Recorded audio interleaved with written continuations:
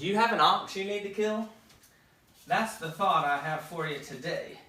And our passage, our text, comes from the book of Exodus. So to set the stage, in the book of Exodus, you've got the Jews coming out from Egypt. Okay, that's why it's called the Exodus, because they are exiting from Egypt and going towards the promised land. But first they go in the wilderness. And at this time, Moses gives the law, or he gets the law and then gives it to the Hebrews, to the Jews there. Okay, the thing I want to look at is the laws pertaining to the ox. And you say, well, why would you want to look at the laws that pertain to the ox? Well, I think that we can make a spiritual application from the passage there, okay? A lot of times in the Old Testament, you look at stuff and it's not really for us, because we're in the church age and we're under grace. We're not under the law, we're under grace. And so a lot of times you see things that aren't literally applicable to you. And in this case, what we're looking at is a civil law of the Jews. It's not actually like a divine law per se. It's more of a civil law just for the Jews there. Maybe a better way of explaining it is the Egyptians or the Hamites, the Hittites and stuff, they would not have had to follow these laws exactly. These laws were civil laws given to the Jews. Okay, and so I want to read the text to you. It's just a couple verses out of the book of Exodus. Exodus chapter 21, verses 28 and 29, it says, "If an ox gore a man or a woman, that they die, then the ox shall be surely stoned, and his flesh shall not be eaten, but the owner of the ox shall be quit." Verse 29, "But if the ox were wont to push with his horn in time past, and it hath been testified to his owner, and he hath not kept him in, but that he hath killed a man or a woman, the ox shall be stoned, and his owner also shall be put to death." Okay, so the first thing that we need to realize here with this ox is that an ox is not necessarily a bad thing, okay? This was in the Bible times, like I said, and the ox were used to plow the fields. You know, they didn't have tractors and things like that back then to plow their fields. Instead, what they had were animals, and the ox was one of the main animals because it was strong, but it wasn't very smart, and so you could be the master of it fairly easily. Now, the ox is not a bad thing. You need it to live, and it's a piece of equipment, but there are certain oxen out there that could be bad and wouldn't need to be put to death if they were dangerous, okay? So the spiritual application we can make from that in the church age now is we can say, is there anything in our life that isn't bad? It's not a black and white issue. It's not absolutely bad, but maybe it's causing problems for you.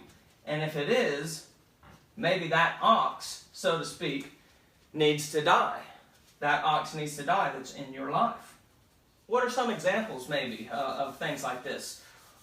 One would be the internet. The internet is not bad in and of itself. It can be very good and very useful. It can help you with work. I know in my line of work, a lot of the communication between me and the people that I work for happens through email. It goes through the internet. Okay, and so that's a useful tool that I have and that I need for my job. But some people can spend too much time on social media. They can spend more time on social media than they do with their families. They can spend more time following the news or politics or something like that through the internet. Even worse is the sin of pornography. People looking at things that are inappropriate. Married men, they say that is one of the top sins among Christian men, is looking at inappropriate stuff, looking at pornography. And so if that's one of the main sins, maybe the internet needs to be disconnected. I mean, you've got your family and your relationship with God there. If you need it for work, you have to put controls in place. You know, if you're a man struggling with pornography, tell your wife about it, and then get the software made to put the controls in place to keep you from going to those bad things, and let her set the password. Then it's up to her whether or not to unlock it for you. She's going to want to know when. And you say, well, I'm the head of the family. Yeah, and you need to make the decision that's best for your family. And maybe that's telling your wife about the problem and letting her help you to get over that problem. But that freedom you have with the internet, it's a useful tool. It's like the ox, a useful tool. But it can be deadly. And if you know it can be deadly, you need to put it to death and be done with it before it goes out and causes the death of both of you, right? In verse 28 there, it says that it basically is saying that a deadly ox should die if it does something wrong. But if the owner knows it's deadly and they don't do anything about it, and then it goes out and causes problems, then the owner and the ox both need to die. And that's what will happen. Your sin will consume and take over, and then you will have something destroyed in your life as a result of this thing that you should have done away with a long time ago. And something else that we see is that your ox, your deadly ox, can actually impact others, okay? Your ox can have an impact on others, right? Because it talks about the ox goring somebody and hurting somebody else, and the owner knew that this kind of thing could happen, and so it talks about the ox affecting someone else, and then you're held accountable for that. You know, your sins don't just affect you. They can affect the church that you're in. If you're in a church and you're harboring secret sin, then that sin quenches the spirit in that body, in that congregation, and it can actually cause problems in the church on a spiritual level. It can cause problems there. And so you have to be aware of the impact that your sin could have on the church that you attend. It can impact your family and your friends. It can impact your business. If you have a problem with something and it starts to impact your work life, then that affects your ability to make money and pay the bills so that you can take care of your own family, right? So then your family's impacted, the people at your work are impacted, your boss, your co-workers, and things like that. If you're constantly on your phone at work instead of doing what you should be doing, nothing wrong with having a phone, nothing wrong with social media, but if it gets out of control, it can become a deadly tool, a deadly ox, and then it needs to die before it kills both of you. And lastly, something to think about is the fact that you will be held accountable. You will be held accountable for your ox, okay? So the work that you do, if it's good, you get a reward. But if there's things that are damaging you, you need to get rid of them. And then if you know that they're hurting your walk with God, hurting your family, and you don't get rid of them, you're going to be accountable for that ox one day, okay? If you're lost, you'll be at the great white throne judgment.